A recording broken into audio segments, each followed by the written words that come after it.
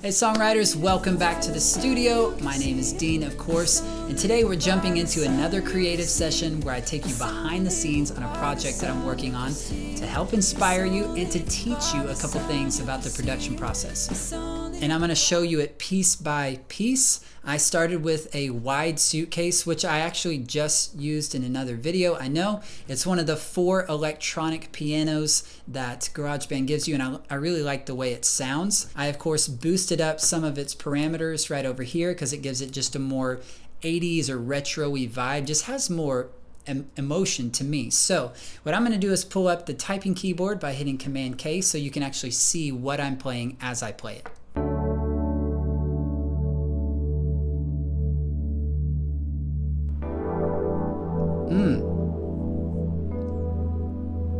So very, very simple. And I'm just playing 2 chords in reality. I'm just playing a D and an E minor. But what I've done is I've actually turned that D into a D major 7th by adding an extra note here up top.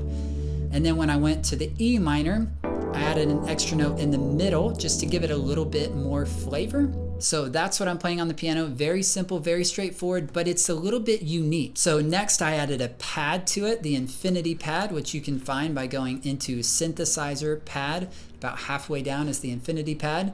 And I pretty much just copied and pasted that same performance down into this track, but I put it up 1 octave, and now you can see what I'm playing.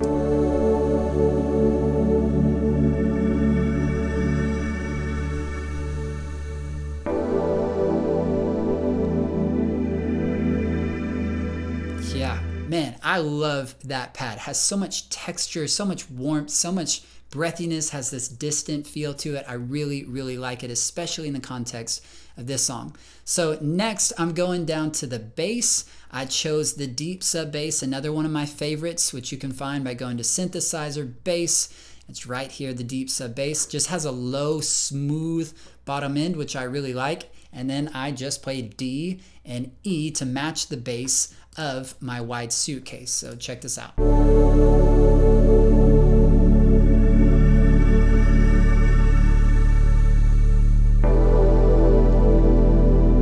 So just gives it a little bit of low end. All right, and I know this feels really slow, especially without the drums. It's like so slow because I'm sustaining these chords for a really long time. So let's pull in the drum beat, and I actually chose a loop called the 80s backbeat. So if you go under loops, and you can search around for different beats. If you go by instrument, you can search by beat, and you'll see it. There's tons of beats in there. You can search the 80s backbeat, and you'll see it right here. There's a couple different versions. There's a lighter version of the beat and a heavier version of the beat, which is helpful if you want to go from like a verse feel to a chorus feel, or if you want to kind of break down at a certain part of the song and get a little softer. So that's the beat I use, and I didn't even have to play it. I just had to find it and drag it in. Let's hear it. Yeah. Dude, I love that beat. Such a vibe to it. So I love that beat. I didn't even have to play it. That's one of my favorite parts, but it's just got this real nice, like almost real drum kit sound to it. And then lastly, as far as instruments, funny enough, I was hearing like this kind of harp or like string instrument pluck in the background. And so I started actually playing around with the software instrument, the harp that's here on GarageBand, which sounds good, but I went over to the loops again. I started searching for harp loops, and I found this one, and it fit lovely, beautifully with what I had so far. Let's hear that now.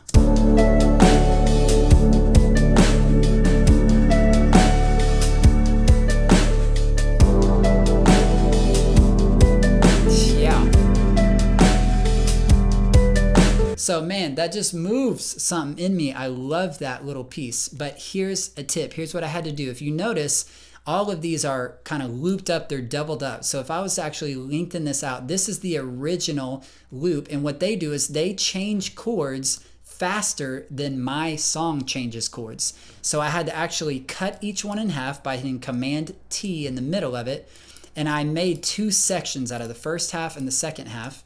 and I doubled them over. So this is the first half doubled and this is the second half doubled so that it matched my chords in my song. So that's just a little tip for how you can manipulate loops just a wee bit. Then we get down into vocals, and basically what I do with vocals is I turn on some processing, I hit play on the song, I put the cycle region on so it just plays over and over and over, and I just start singing. I just go for it for a long time, and then I kind of hone in on the phrases that were most important or most impactful.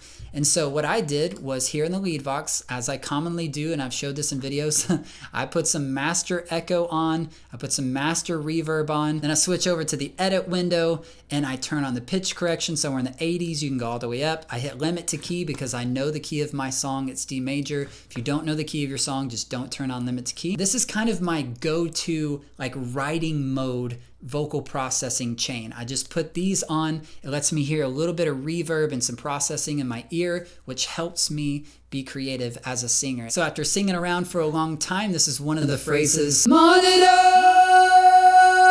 on. So I'll turn my monitors off. I forget that every time I do a video. I don't even know how that's possible. So this is one of the phrases that I hung on to, and I'll hit play on that. By the sun you can see, it's only by the sun you can see, it's only by the sun you can see, it's only by the sun you can see. And so I sang that live and just ended up keeping that part, but then when I went back over it, I went, ooh, I would really like to hear a harmony with that. So what I did was I hit Command D to duplicate that track and duplicate the processing on that track.